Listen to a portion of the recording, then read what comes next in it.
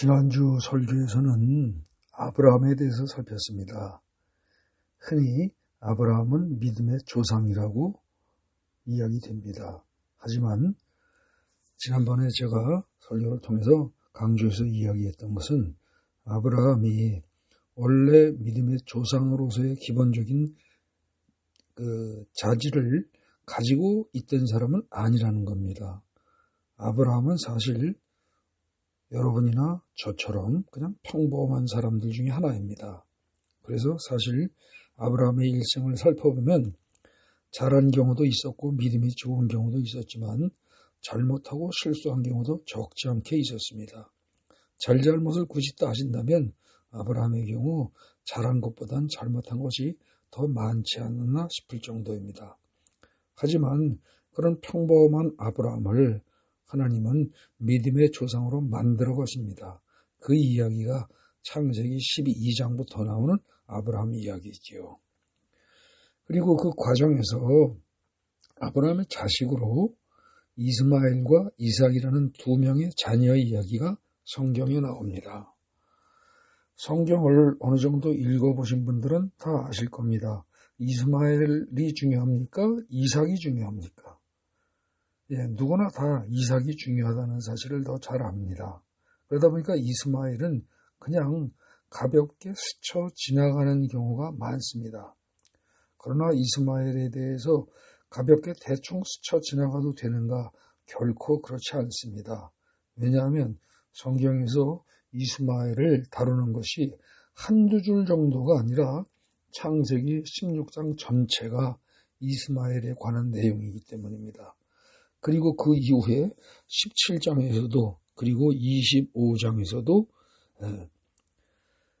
이스마엘에 대한 이 언급이 또 되고 있습니다. 그렇기 때문에 이삭에 비해서 상대적으로 덜 중요하다라고 인식되는 것은 어쩔 수 없고 그렇다 치더라도 이스마엘이라는 인물이 성경에서 차지하는 비중이 결코 그렇게 호락호락하고 가벼운 것은 아니라는 겁니다. 그러면 창세기 16장 전체를 통해서 하나님은 이스마엘 이야기를 통해서 무엇을 말씀하시고자 하는 것일까요? 그거를 오늘 살펴볼 것입니다. 그리고 이스마엘의 배다른 형제이면서 아브라함의 자식, 두 자식으로 대비되는 이삭에 대해서 또 살필 겁니다. 그런 다음에 이스마엘과 이삭, 그 둘의 차이가 어떤 것인가, 그것이 무슨 의미를 지니고 있는가, 그런 문제를 이어서 또 살필 것입니다. 자, 그러면 우선 이스마엘에 대해서 살펴보기로 하겠습니다. 아브라함은 75세에 하나님의 말씀을 따라서 하란을 떠나 가나안에 도착해서 가나안 지역에서 살아가게 됩니다. 그런데 가나안에 왔을 때 하나님은 그 가나안 땅을 아브라함의 자손에게 주겠다라고 약속을 하십니다. 하지만 10년이 지나도록 아브라함은 자식이 없었습니다. 그러자 10년이 지나고 나서 85세가 됐을 때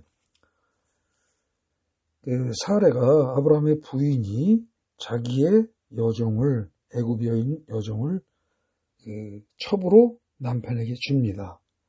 그렇게 해서 이방 여자인 애굽의 여종을 통해서 태어난 사람이 결국 이스마엘입니다. 그러니까 이스마엘은 사실은 정실 부인의 자식이 아닌 거지요. 거기다가 정실 부인의 여종의 아들입니다.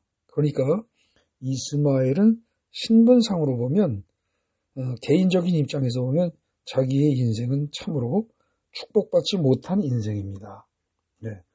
또 그 이스마엘이 태중에 있을 때 아브라함의 본부인 사레하고 갈등이 생겨서 결국 견디지 못하고 그 하갈이 이스마엘의 엄마 하갈이 임신한 상태에서 도망을 갑니다. 도망을 가는데 여호와의 사자가 하갈에게 나타나서 다시 돌아가라. 그리고 그 이름을 이스마엘이라고 해라. 그러면서 그가 앞으로 어떻게 살 것이다 라는 것까지 이야기를 간단히 해줍니다. 그래서 다시 돌아와서 아들을 낳고 그 낳은 아들이 아브라함이 86세 때 낳은 이스마엘이죠. 이 이스마엘은 원래 하나님의 계획에는 없던 아들입니다. 하나님은 사례를 통해서 이삭을 낳고 그 이삭의 후손으로 하여금 가나안 땅을 소유하게 하실 계획이었습니다. 그렇기 때문에 하나님의 말씀에 순종을 아브라함이 제대로 했더라면 이스마엘은 태어나지 않았어야 될 것입니다. 그러니까 이스마엘 입장에서 볼 때는 자기는 참으로 축복받지 못한 인생입니다. 어머니는 종이지요. 종이에요. 본부인도 아니지요. 첩입니다. 그리고 태어나지 말았어야 할 하나님이 보시기에도 인정하지 않을 것 같은 그런 운명으로 태어난 자식입니다. 참으로 기구한 운명을 타고났다. 이렇게 말할 수 있는 사람입니다. 그런데 이 이스마엘의 이름이 우선 무언지 궁금하지 않으십니까? 이스마엘 그럴 때 이스마 그럴 때 끝에 엘은 하나님이란 뜻입니다. 하나님이고요. 스마는 원래 샤마에서 온 겁니다. 샤마는 듣는다. 그런 얘기죠. 그래서 창세기 16장 11절에 보면 아들을 낳았는데 그 이름을 이스마엘이라고 해라 그럽니다. 그러면서 왜 그렇게 해야 되느냐? 이는 여호와께서 너 하갈의 고통을 들으셨기 때문이다. 이렇게 나오죠. 그러니까 이스마엘은 하나님이 들으셨다 그런 뜻이에요. 근데 하나님이 들으셨다고 할 때 뭘 들었어요? 하갈의 고통의 신음소리를 다 들으셨다는 뜻입니다. 그럼 이 말은 아들의 이름을 이스마엘이라 해라. 그거는 뭐예요? 너는 하갈아, 너는 그 아들을 볼 때마다 하나님이 너의 고통스러운 기도 소리를 다 들으셨다는 사실을 기억해라 이 얘기입니다. 그럼 그렇다면 이건 뭐예요? 하갈과 이스마엘에 대해서 상당히 힘이 되는 말씀입니다. 우리는 보통 이스마엘을 이삭과 비교하면서 이삭은 하나님이 예정하신, 하나님이 택하신, 하나님이 축복하시고자 하는 아들이고 이스마엘은 그에 비해서 뒤떨어지는 어쩌면 저주받았는지도 모르는 그런 불행한 인생이라고 생각하기 쉽습니다. 그러나 창세기 16장에서 잘 나오는 내용을 잘 읽어보면 이스마엘을 하나님은 결코 버리지 않으십니다. 이스마엘은 하나님은요 원래 사레가 낳은 아들을 인정하시고자 했지만 그 여종이 낳은 아들도 결코 가볍게 여기지 않는다는 거죠. 그래서 창세기 17장 20절에 보면 뭐라고 그래요? 이스마엘에게 복을 주겠다고 하십니다. 복을 주어서 그를 매우 크게 생육하고 번성하게 할 것이다 라고 말씀하십니다. 자, 복을 주어 크게 생육하고 번성하게 한다. 이건 창세기 초부터 나오는 축복입니다. 인간에게 주어진 축복이죠. 그 축복을 이스마엘에게 부어주시겠다는 겁니다. 그래서 그 결과 어떻게 되느냐? 12두령을 낳을 것이다. 그래서 내가 그를 큰 나라가 되게 하겠다. 이렇게 약속을 하십니다. 하나님이 어쩌면 천민 출생의 이스마엘에 대해서도 큰 축복을 주신 것입니다. 그리고 그 결과 창세기 25장 12절 이하에 가보면 16절까지 쭉 이스마엘의 아들들의 이름이 쭉 나옵니다. 그래가지고 12명이 각 족속을 다 이루면서 12지도자, 12두령들로 여러 족속, 부족의 족장이 되죠. 그래서 그들이 큰 나라를 이루게 됩니다. 네. 결국 이스마엘은요, 그냥 그렇게 우리가 생각하듯이 별 볼 일 없고 버림받은 인생, 그냥 광야에서 그냥 떠돌면서 창세기 16장 12절에 보면 사람 중에 들나귀 같이 내리니 그의 손이 모든 사람을 치겠고 모든 사람의 손이 그를 칠지며 그가 모든 형제와 대항해서 살리라 하는 그 말 때문에 막 버려진 인생처럼 생각이 쉬운데 꼭 그렇지 않습니다. 하나님은 이스마엘에 대해서도 분명히 복을 주시고 그 17장 20절에 말한 것처럼 복을 주시고 그를 매우 크게 생육하고 번성하게 하신 분입니다. 그리고 그렇게 약속을 하셨고 그것을 실제로 이루셨음을 창세기 25장의 16절 이 분 근처에서 명확히 밝히고 있습니다. 그러므로 우리가 여기서 이스마엘의 그 일생을 놓고 우리가 꼭 알아야 할 게 뭐냐면요. 하나님은 공평하신 하나님이라는 점입니다. 첫째로는 이스마엘의 삶과 하갈의 삶도 하나님은 다 살피시고 인도하시고 그런 하나님입니다. 이상만 인정하고 사람만 인정하시는 분이 아니에요. 이스마엘과 하갈도 인정하시고 그들의 삶도 감찰하시고 인도하시고 약속을 축복을 해주시는 그런 분이라는 좋은 분이라는 거죠. 공평하신 하나님이고 은혜의 하나님입니다. 네. 그 다음에 또 이스마엘과 하갈의 기도를 들으시는 하나님입니다. 그래서 내가 너의 기도를 그리고 너의 아들의 기도를 항상 듣는다는 사실을 잊지 말아라. 그래서 하나님이 들으신다라는 뜻의 이름 이스마엘의 이름을 지어주시는 겁니다. 하나님은 하갈이 애굽 이방 여인이요 사라의 여종이기 때문에 그 기도를 가볍게 하고 싶으시는 분이 아닙니다. 여종이건 이방인이건 상관없이 눈물로 진심으로 하나님께 올리는 기도는 다 들어주시는 은혜의 하나님이요 공평하신 하나님이라는 거죠. 그 다음에 하나님은 약속을 지키시는 하나님입니다. 창세기 16장에서 분명히 하나님이 축복을 하십니다. 그런데 16장과 17장에도 그 얘기가 나오죠. 17장에서도 17장 20절에 보면은 이스마엘에 대해서 내가 그에게 복을 주어 그를 매우 크게 생육하고 번성하게 하겠다. 약속을 하십니다. 근데 이 약속을 여지없이 지키시는 언약의 하나님이십니다. 그 사실을 이스마엘 이야기를 통해서 다 밝히고 있는 겁니다. 그렇기 때문에 사실 이스마엘은 어떻게 됩니까?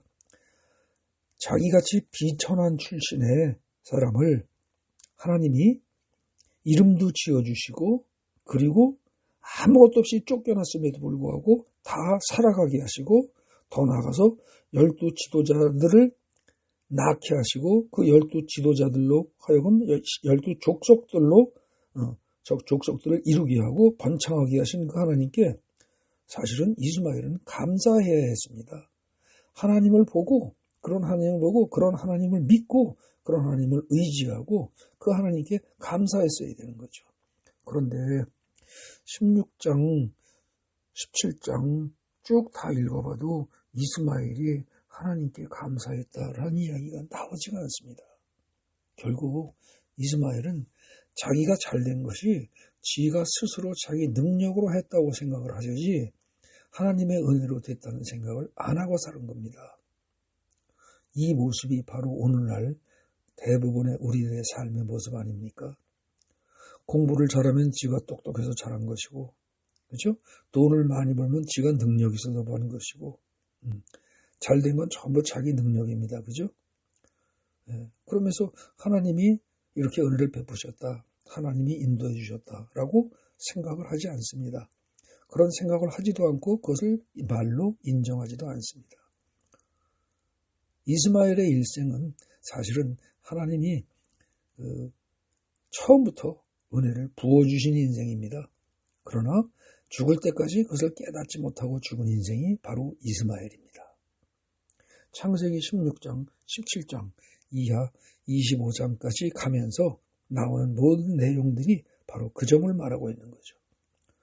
그래서 실제로 보면은요, 창세기 25장의 17절 보십시오. 거기 보면은요, 이스마엘은 향년이 137세에 기운이 다하여 죽어, 그 다음에 자기 백성에게로 돌아갔고, 그럽니다. 자기 백성에게로 돌아갔다.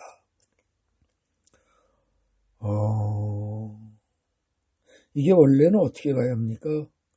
아브라함이 묻힌 곳, 그 다음에 사라가 묻힌 곳, 막벨라 굴로 가야 정상입니다. 그런데 자기 백성에게 돌아갔다. 하나님을 전혀 알지 못하는 그런 아브라함의 후손은 아브라함의 후손일지라도 아브라함의 아브라함이 있는 막벨라 굴에 묻힐 자격이 없는 겁니다. 이건 어찌 보면 뭐예요? 하나님을 전혀 알지 못하는 그런 백성들은, 그런 자녀들은 결국은 이 세상 살다가 죽더라도 하나님의 품에 안기지 못한다, 천국에 들어가지 못한다 하는 그 얘기가 되는 거죠. 그래서 창세기 16장에 길게 나오는 이스마엘의 이야기, 이것을 단지 가볍게 넘기고 그냥 우리 기억에서 지워버리려고 할 것이 아니라 여기서 우리가 어떻게 살아야 하는가는 교훈을 잘 찾아내야 할 것으로 생각이 됩니다. 두 번째로 이삭에 대해서 살펴보겠습니다.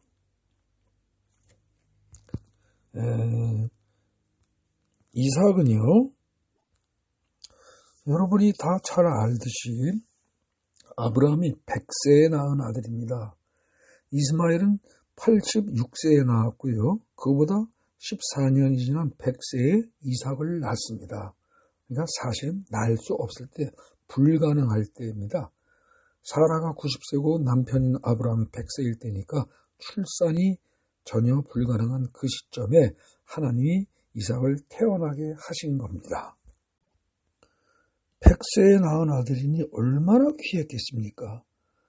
아브라함도 사라도 이 이삭 때문에 정말 그 이름 그대로 이삭이라는 말 자체가 뭐예요? 웃는다 그런 얘기입니다. 웃음이에요. 아마 아브라함도 사라도 이 이삭 때문에 정말 기뻐서 웃었을 겁니다. 생활이 아마 즐거웠을 거예요. 이 늦게 얻은 자식 때문에. 그런데 그 이삭을 모리아 산에 가서 제물로 바치라는 놀라운, 생각지도 않았던 하나님의 명령이 떨어집니다. 그것을 그냥 아브라함은 수행을 합니다.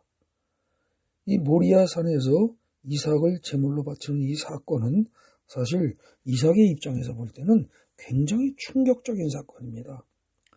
아버지가 어린 아들 이삭을 다 묶어서 제단 위에 올려놓고 칼을 들어서 내리 찍으려고 할 때 그 칼과 그 아버지의 눈동자를 이삭이 보지 않았겠습니까? 굉장한 충격이었을 겁니다. 이것이 오늘날 식으로 말하면 아주 극심한 트라우마로 남을 수 있습니다. 심하면 정신질환이 생길 수도 있을 정도로 충격적인 사건이었습니다.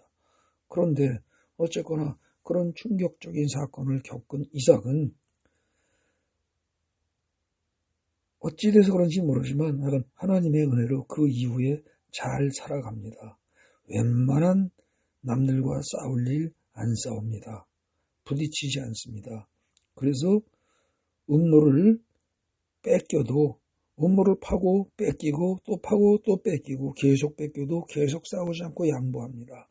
사실 이 음모를 양보한다는 일은 이게 적은 일이 아닙니다. 오늘로 말하면 개인 사업하겠다고 장사하겠다고 뭔가 하나 차려서 몇 억씩 들여서 가게 차리고 사업장 차린 거를 아무 이유 없이 남에게 뺏기는 것하고 똑같습니다. 그걸 몇 번을 당합니다. 그러면서도 하나님이 보살피시고 인도하시고 모든 물질을 채워주실 걸 믿고 이삭은 그냥 양보하고 싸우지 않습니다. 믿음의 삶을 살아가는 거지요. 이 이삭에 대해서 이삭과 관련해서 우리가 생각해 볼 게 있습니다. 지난번에 말씀드렸을 때 아버지 아브라함은 우리와 별다름 없는 평범한 인간이라고 했습니다. 근데 이삭은 그 아버지 아브라함보다는 훨씬 더 신앙적으로 성숙된 그런 모습을 보이는 사람입니다. 아버지보다 난 점이 첫째 무엇이 있느냐? 결혼을 한 후에 하나님이 자녀를 주시겠다고 약속을 한 후에 세월을 아버지 아브라함은 10년밖에 못 기다렸습니다. 하란에서 옮겨와가지고 가나안에 도착해서 75세에 도착해서 아브라함은 10년 동안 자식이 없으니까 결국은 하가를 통해서 자식을 낳고자 하는 그런 시도를 하게 됩니다. 아브라함의 믿음은 10년밖에 기다릴 수 없는 믿음이라는 거죠. 그런데 이삭은 결혼을 40살에 합니다. 그리고 20년 동안 자식이 없습니다. 아브라함의 2배의 기간을 기다린 겁니다. 이삭은 아버지보다 하나님의 약속을 믿고 기다리는데 그야말로 2배의 능력을 보여준 사람입니다. 그 다음에 출산할 때도 아브라함은 기다렸다 안 되니까 인간적인 방법으로 자기네가 이런저런 수단을 마련을 했습니다. 그런데 이삭은 그러질 않았습니다. 인간적인 방식이 아니라 하나님께 기도했습니다. 그랬더니 기도로 결국은 해결이 됐습니다. 하나님이 이삭의 기도를 듣고 임신을 하도록 허락을 해주신 거죠. 그 다음에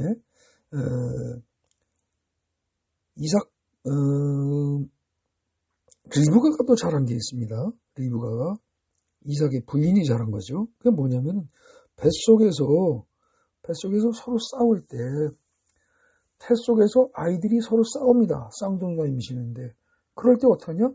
이럴 경우에는 내가 어찌할꼬 하고 가서 야훼께 물었다고 했습니다. 하나님께 물었다는 거죠. 굉장히 중요한 겁니다. 이삭도 기도하는 사람이었습니다. 원래가. 그래서 그게 어디 나오죠? 이삭이 기도하는 사람이었다는 게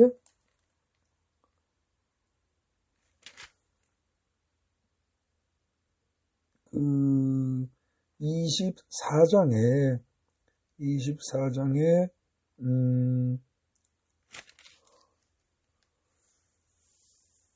24장의 끝부분에 보면은 이삭이 들에서 묵상한다는 얘기가 나오죠. 그러고 있었습니다. 그러니까 평소에 이삭은 기도하는 사람이었어요. 근데 리브가 역시 잘 모르면은 문제가 생기고 문제 상황이 생기면 하나님께 질문하고 기도로 대화하는 사람이었습니다. 이게 참 아주 좋은 모습이죠. 우리가 본받아야 할 그런 모습입니다. 그리고 이삭은 젊어서 어린 나이에 온전한 믿음의 시험을 통과했습니다. 자기 목숨을 바치는 시험을 통과를 한 사람이죠. 우리는 사실 하나님이 뭐 하나 바쳐라 그러면은 그거 잘 안 바칩니다. 11조? 점처럼 안 냅니다. 그럼 물질은 그렇다 칩시다. 그럼 시간을 11조 드릴 수 있을까요? 굉장히 힘듭니다. 시간의 11조는 더 힘들어요. 근데 만약에 목숨을 바쳐라? 이거 바칠 사람 거의 없을 겁니다. 근데 이삭은 어린 나이에, 젊기도 전에 어린 나이에 자기 목숨을 바치는 시험을 통과했습니다. 그러다 보니까 사람이 많이 바뀌었다고 볼 수 있을 겁니다. 그리고 아까도 말씀드렸지만 업무를 계속 양보를 했습니다. 이건 뭐냐? 하나님이 보상해 주실 걸 믿었기 때문입니다. 그런데 이렇게 여러 가지로 잘했던 이삭도요, 사실은 잘못한 게 또 있었습니다. 다 잘한 건 아닙니다. 뭐예요? 자기 부인을 누이라고 속이는 행위를 했습니다. 물론 아브라함보다 적게 했어요. 아브라함은 2번을 했는데 이삭은 1번 했습니다. 그냥 나아진 겁니다. 그럼에도 불구하고 자기 부인을 누이라고 속이면서 자기 생명을 연장하려는 행위, 이건 정말 남성으로서 도저히 해서는 안 되는 그런 창피하고 부끄러운 일이죠. 결국 이 이삭이 어찌 보면 믿음으로 볼 때 굉장히 모범이 될 만한 훌륭한 이 이삭이 이런 실수를 했다는 거, 이게 결국 뭡니까? 우리 모두가 죄인이고 의인은 없다는 증거이기도 합니다.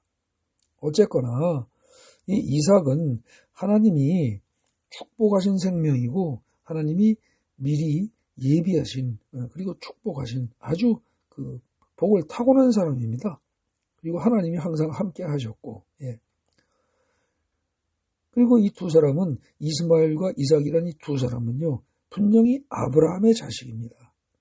근데 성경은 이스마엘 이야기를 놓고 그 다음에 이삭의 이야기를 또 하고 하면서 2사람을 은근히 대비시키고 있습니다.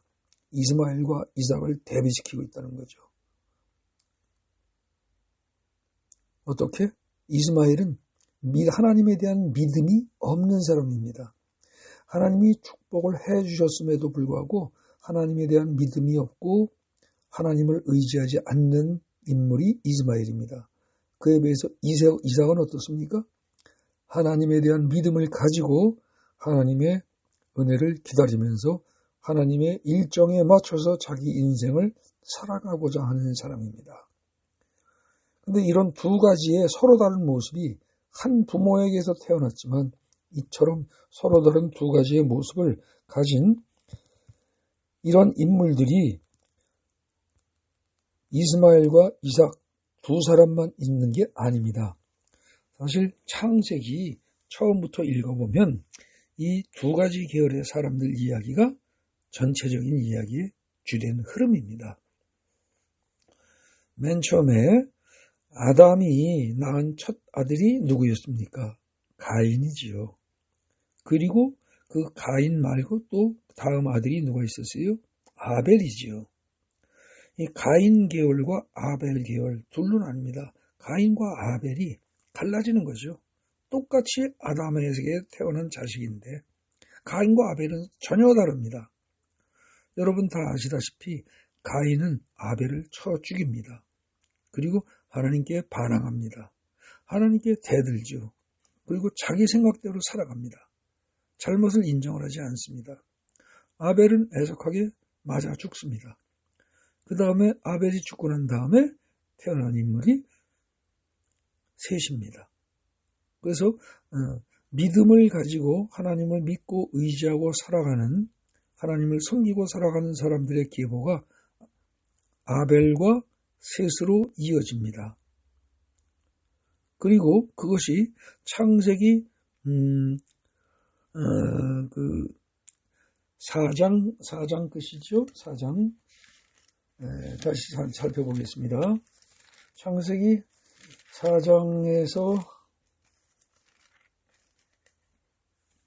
4장에서 이야기가 나오고 4장 끝에 가보면요 에노스 얘기가 나옵니다.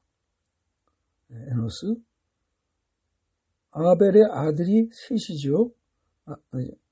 아벨 대신 다른 아들을 준 게 셋이에요. 그리고 그 셋이 아들을 낳고 그 이름을 에노스라고 했습니다. 그래서 아벨의 셋으로 이어지고 에노스라고 하는 계열, 아벨, 셋, 에노스 계열이 이게 믿음의 계보입니다. 그 셋, 에노스까지가 창세기 4장 끝에 기록되어 있습니다. 근데 그에 비해서 하나님을 믿지 않고 하나님께 의지하지 않고 자기 힘으로 살겠다고 하는 사람들이 나오는데 그게 뭡니까? 역시 창세기 4장에 라멕이 나옵니다. 라멕은 자기가 잘났다고 생각하면서 자기 뜻대로 살아가는 사람입니다. 2명의 부인을 두고 자식들을 잘 낳아서 그야말로 자식이 모두 다 각 어떤 분야에 탁월한 특정한 분야의 대가들이 되어가지고 온 세상에 부러울 게 없이 살아가는 사람입니다. 근데 그 라멕에 이어서 하나님을 믿지 않고 자기 뜻대로 지 의지대로 살면서 큰 소리치고 죄를 짓고 살아가는 인물의 그 맥이 창세기 6장에 하면 네피림으로 이어집니다. 여러분들 보통 네피림이라는 이름을 흔히 무슨 이상한 거대한 거인족 뭐 이렇게 생각하는데 이 원래는 네피림은요 히브리어로 따진다면 나팔이라는 동사 떨어진다, 떨어져 나온다, 위에서 이렇게 떨어진다 그런 동사가 나팔입니다. 네피림 그러면 떨어진 사람들 그런 뜻입니다. 이게 그러니까 하나님으로부터 떨어진 사람들이에요. 그래서 이 가인에서부터 라멕으로 이어지고 네피림으로 이어지는 이 사람들이 나중에 창세기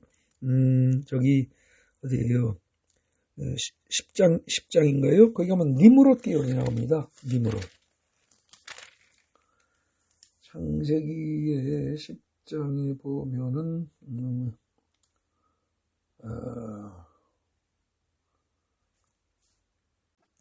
창세기 10장 8절에 구스가 또 니므롯을 낳았으니 그는 세상의 첫 용사라.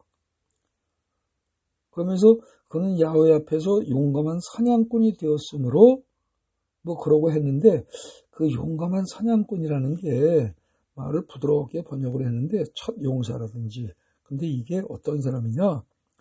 이 10장 8절 9절에서 말하는 니무롯은요, 쉬운 말로 자기 힘만 믿고 자기가 잘났다고 기고만장해서 살아가는 사람이란 뜻입니다. 이게 무슨 그냥 활쏘기 잘하고 싸움만 잘하는 그런 사람이 아니고요. 하나님을 믿지 않고 자기 힘을 믿고 살아가는 사람, 그런 얘기예요, 이게. 그래서 창세기 3장의 선악 과목은 이후부터 4장, 5장, 6장에서 쭉 10장까지 보면 아벨, 셋, 에노스, 그리고 에녹, 노아로 이어지는 믿음의 계보와 가인, 라멕, 네피림, 니므롯으로 이어지는 어떤 하나님을 버리고 하나님께 대적하는 자기 힘으로 살아가려는 그런 계열의 두 사람이, 그 두 부류가 대비되고 있는 거죠. 계속해서. 그런데 이게 아브라함의 두 아들 중에서 아브라함의 두 아들에게도 이게 나타나는 겁니다. 이스마엘은 하나님이 이삭보다 축복을 안 해주신 게 아닙니다. 똑같이 축복을 해주셨어요.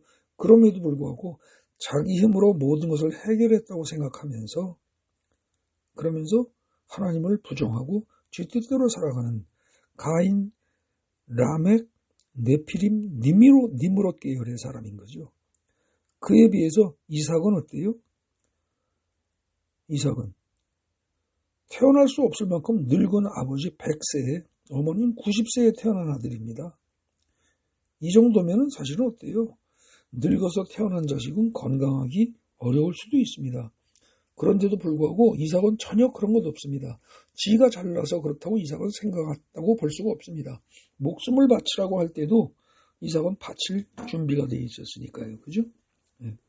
이는 하나님을 믿고 하나님을 의지하며 살아가는 아벨, 셋, 에노스 계열의 사람이라는 거죠. 여기서 특히 또 한 가지 기억할 것은 에노스라는 이름이 그게 병약한 자라는 그런 뜻입니다. 사실 병약하지 않으면, 약하지 않으면 하나님 잘 믿지 않습니다. 내가 능력 있고, 내가 돈 많고, 내가 권력 있고, 내가 건강하고, 세상 일이 내 뜻대로 다 잘 되면 하나님 믿을 필요성을 거의 느끼지 않는 게 인간입니다. 그런데 무엇인가 내 뜻대로 되지 않고 다 망하고 힘들고 괴롭고 특히 몸이 병들어 죽을 수밖에 없을 것 같다.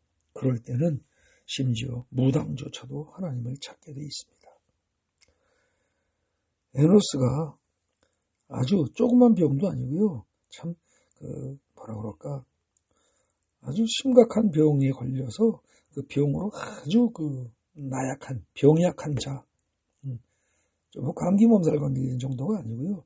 이건 어떻게 보면 거의 선천성, 치료 불가능한 그런 질병에 걸린 사람, 그런 뜻입니다. 에노스가. 근데 그런 사람이 하나님을 찾는다는 거죠. 아브라함의 두 아들 이스마엘과 이삭은 믿음을 지킨 사람이 아니냐, 그걸로 갈라지는 거죠. 근데 마찬가지로 이삭의 두 아들도 에서와 야곱이 그렇게 갈라지는 겁니다. 여러분들, 에서가 어떻습니까? 에서가 태어날 때부터 강했습니다. 짐승 수준으로, 어찌 보면 짐승보다 더 강하게 태어난 사람입니다. 웬만한 동물들도 태어날 때 처음부터 온몸이 털에 덮이지는 않습니다. 그냥 빨갛게 뽀얀 솜털, 그런 정도죠. 근데 에서는 태어날 때부터 몸이 빨간데도 불구하고 털이 많이 있었던 사람입니다.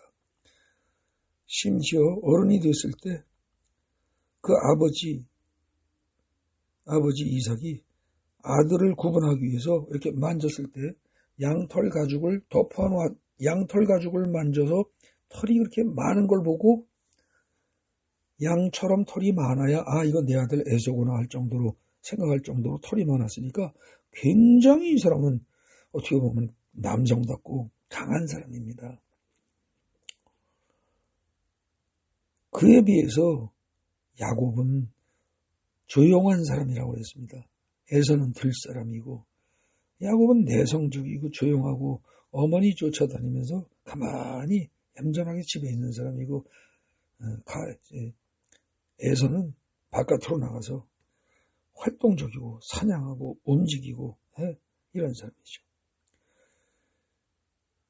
그래서 이스마엘 그리고 에서로 이어지는 그런 계열하고 그 다음에 이삭하고 야곱으로 이어지는 이 계열은 사실은 뭐냐? 사실은 하나는 육적인 인간이고 하나는 영적인 인간이라는 겁니다. 실제로 이삭은 상당히 영적인 사람임에도 불구하고 자기 아들 에서를 더 좋아했습니다. 남자다운 아들을 좋아한 거죠. 그러나 실제로 그럼에도 불구하고 그 본성을 영적이냐 육적이냐로 본다면 이삭은 영적인 사람이었습니다. 들에 나가서 조용히 묵상하고 기도하고 했던 사람이죠. 그리고 결혼을 40살에 하고서요 60살이 되도록까지 자식을 못 낳아도 그것 때문에 인간적으로 이렇게 저렇게 하면서 자식을 낳으려고 애쓰지 않는 사람입니다. 영적인 인간과 육적인 인간. 이제 여기 이거를 잘 이제 기억을 해야 합니다. 영적인 인간과 육적인 인간. 이 점을 잘 생각한다면, 자, 여러분들 그 주어 요약한 거, 거기 보십시오. 동그라미 7번입니다. 오늘날의 그리스도인들도요, 어쩌면 육적인 그리스도인과 영적인 그리스도인으로 구분될 수 있을 겁니다. 똑같은 아브라함의 자식인데 이삭과 이스마엘이 다르다는 거죠. 똑같은 아브라함의 자식인데 똑같은 그리스도인인데 영적 그리스도인 있고 육적 그리스도인 있고 다르다니까요. 그럼 육적 그리스도인이라는 건 어떤 거예요? 육적인 그리스도인. 교회는 다닙니다. 신앙 가지고 있어요. 예배 다 드려요. 11조도 해요. 교회 직분도 높아요. 교회에서 인정도 받아요. 봉사도 하고요. 다 해요. 그런데 그 사람의 삶 자체가 육신의 생각에 이끌려 사는 사람은 그건 육적 그리스도인입니다. 그런데 영의 생각에 이끌려 사는 사람, 그게 영적 그리스도인이죠. 영의 생각에 이끌려 산다는 것은 성령 안에서 성령에 이끌려 사는 사람입니다. 여러분들은 어느 쪽이십니까? 자기 자신이 어느 쪽이라고 생각하십니까? 교회는 다니고 있습니다. 믿음 분명히 있어요. 교회에서 직분도 있습니다. 여러분들 나름대로 내가 그렇게 우수하지는 않지만 그래도 아브라함도 그렇게 탁월한 거 아니고 우리 같은 보통 사람이었다니까 나도 그 정도는 한다. 이러십니까? 예, 그럴 수 있습니다. 아브라함을 보고서 우리가 은혜를 받고 힘을 얻을 수 있습니다. 예, 맞습니다. 그런데 지금 오늘 살핀 이스마엘과 이삭을 대비시키면서 이스마엘이 육적인 인간이요 이삭은 영적인 인간이다 그랬을 때 이스마엘이라고 해서 하나님을 몰랐겠어요? 그렇지 않습니다. 왜? 이름 자체가 하나님이 들으셨다. 그런 이름을 가지고 살아가는 인간이 하나님을 숙제 모를 수 있겠습니까? 하나님을 알아요, 알기는. 아는데도 불구하고 어찌 보면 하나님이 어쩌고저쩌고 이런 이름을 가진 것은 이삭이 아니라 이스마엘입니다. 이스마엘은 절대 하나님이 나를 잊지 말아라. 그래서 하나님이 너의 기도를, 너를 들으셨다. 너의 고통을, 너의 어머니의 고통을, 그리고 너의 기도를 들으셨다. 그런 뜻으로 잊지 말라고 이스마엘이라는 이름을 붙여준 겁니다. 그러니까 이스마엘도 사실은 하나님을 알았던 사람이라는 거죠. 그런데 육신의 생각에 이끌려서 평생을 살았습니다. 그에 비해서 이삭은 그렇지 않았다는 거죠. 자, 여러분들은 어느 쪽입니까?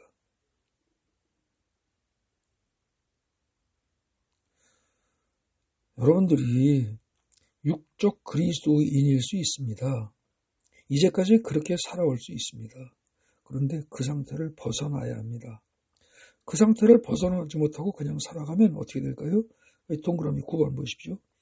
육적 그리스도인의 상태를 벗어나지 못하고 계속 살아가면은요, 일시적으로 번영하고 번창합니다.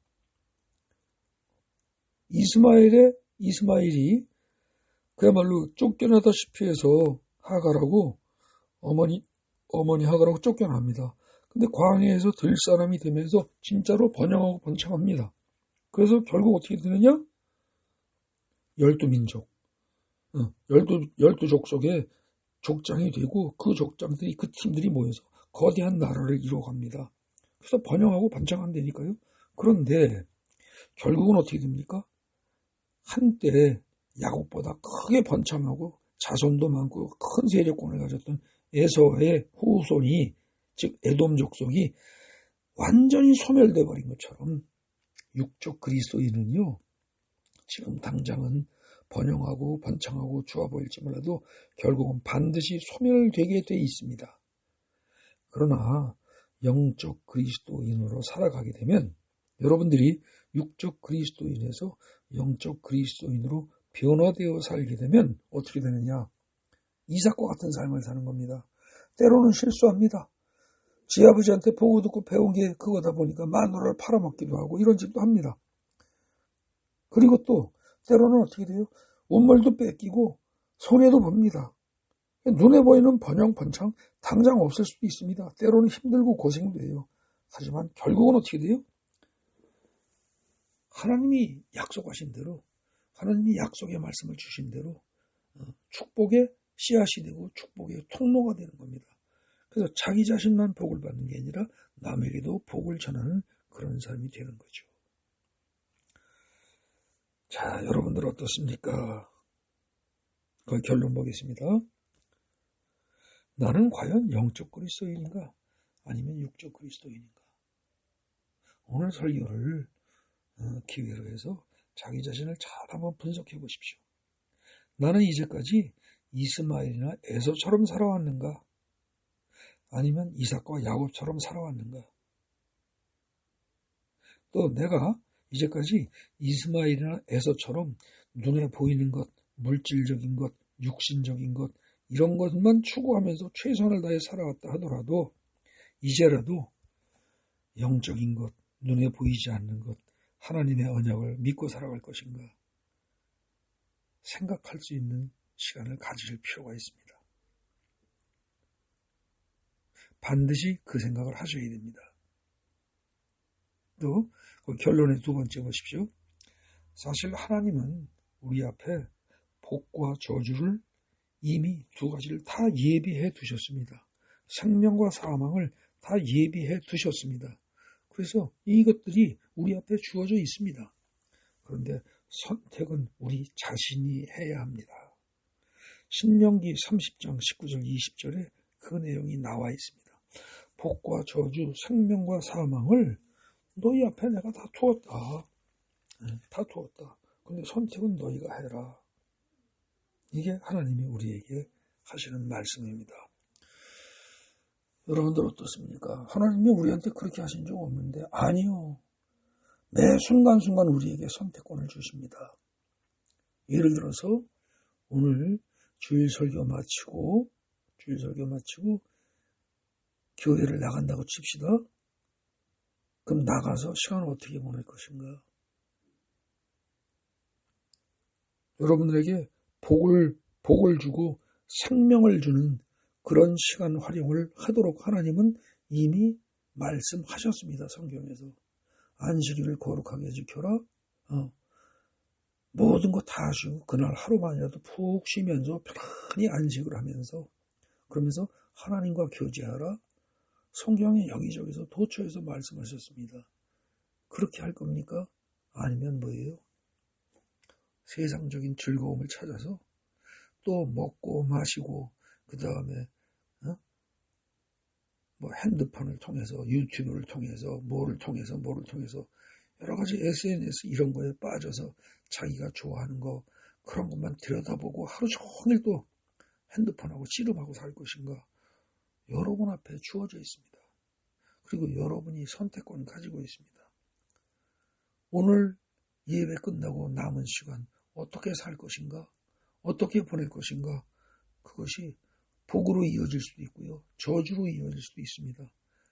여러분 오늘 예배 끝나고 교회를 떠나는 순간에 여러분들 자신이 나머지 시간을 어떻게 사용할 것인가? 그것이 여러분에게 생명을 갖다 줄 수 있고요. 사망을 갖다 줄 수도 있습니다. 우리는 사실 하루 종일 매 순간순간마다 복과 저주, 생명과 사망 사이에서 선택을 해야만 하는 사람들입니다. 그런데 우리는 아무렇지도 않게 습관적으로 그냥 자기도 모르게 넓은 길로 갑니다. 남들이 가는 길, 편한 길로 갑니다. 그런데 그 넓은 길, 편한 길은 대부분 저주로 이어지고 사망으로 이어지는 길입니다. 그에 비해서 생명의 길은 영적으로 복을 받고 궁극적으로 그야말로 하나님이 주시는 모든 복을 받는 생명의 길은 항상 좁은 문으로 들어가고 험한 길로 가게 되어 있습니다. 좁은 길입니다. 그래서 많은 사람들이 가지 않습니다. 여러분 어떻습니까? 자녀들이 학교가 끝나고 집에 와서 열심히 공부하는 자녀가 있고요. 공부하지 말래도 지가 알아서 공부하는 자녀가 있습니다. 그런 자녀들은 자기 스스로 복과 저주 중에서 복의 길을 택하는 겁니다. 생명과 사망 중에서 생명을 택하는 겁니다. 그렇기 때문에 부모들이 보기에 그런 자식들은 대견합니다. 귀합니다. 흐뭇합니다. 그런데 공부하라고 하는데 핸드폰만 켜놓고 그것만 들여다보고 웹툰에 모의에 그다음에 음란물에 하루 종일 그것만 들여다보고 밤에 잠을 잘 때도 잠을 안 자고 이불 속에 들어가서도 그것만 들여다보고 한다면 그런 아들의 그런 행동은 그게 복받는 길이요 생명으로 통하는 길이겠습니까? 아닙니다. 결국은 저주와 사망으로 가는 길입니다. 그래서 우리 자녀들이 그걸 잘못 택할 때 부모들은 그 잘못된 것을 다 압니다. 그리고 그 길로 가지 않기를 바랍니다. 그런데 그 당사자, 자녀들은 어때요? 복의 길, 생명의 길은 좁고 험악하고 싫다니까요. 그런데 그에 비해 저주의 길, 사망의 길은 넓고 편하고 즐겁고 재밌습니다. 그러다 보니까 애들이 그쪽으로 많이들 갑니다. 그래서 그걸 가지고 그러지 말라고 야단을 치면서도 사실은 그 야단치는 어른들도 역시 크게 다르지 않습니다. 시간만 나면 어떻게 돼요? 성경책을 읽기보다는 세상적인 즐거움에 빠져서 살아갑니다. 부모들 역시 그렇지 않습니까? 여러분 자신이 그렇지 않습니까? 정말 우리는 복과 저주, 생명과 사망이 우리 앞에 주어져 있다는 사실을 항상 염두에 두고 살아야 됩니다. 그렇게 하면서 무엇을 선택할 것인가 순간순간 진지하게 고민하면서 진지하게 생각하면서 내 뜻대로, 내 고집대로, 내 판단대로 행동하지 마시고 하나님의 말씀을 기억하면서 하나님의 말씀대로 살아감으로써 복과 생명을 향해서 이삭처럼 그리고 야곱처럼 전진해야 할 것입니다.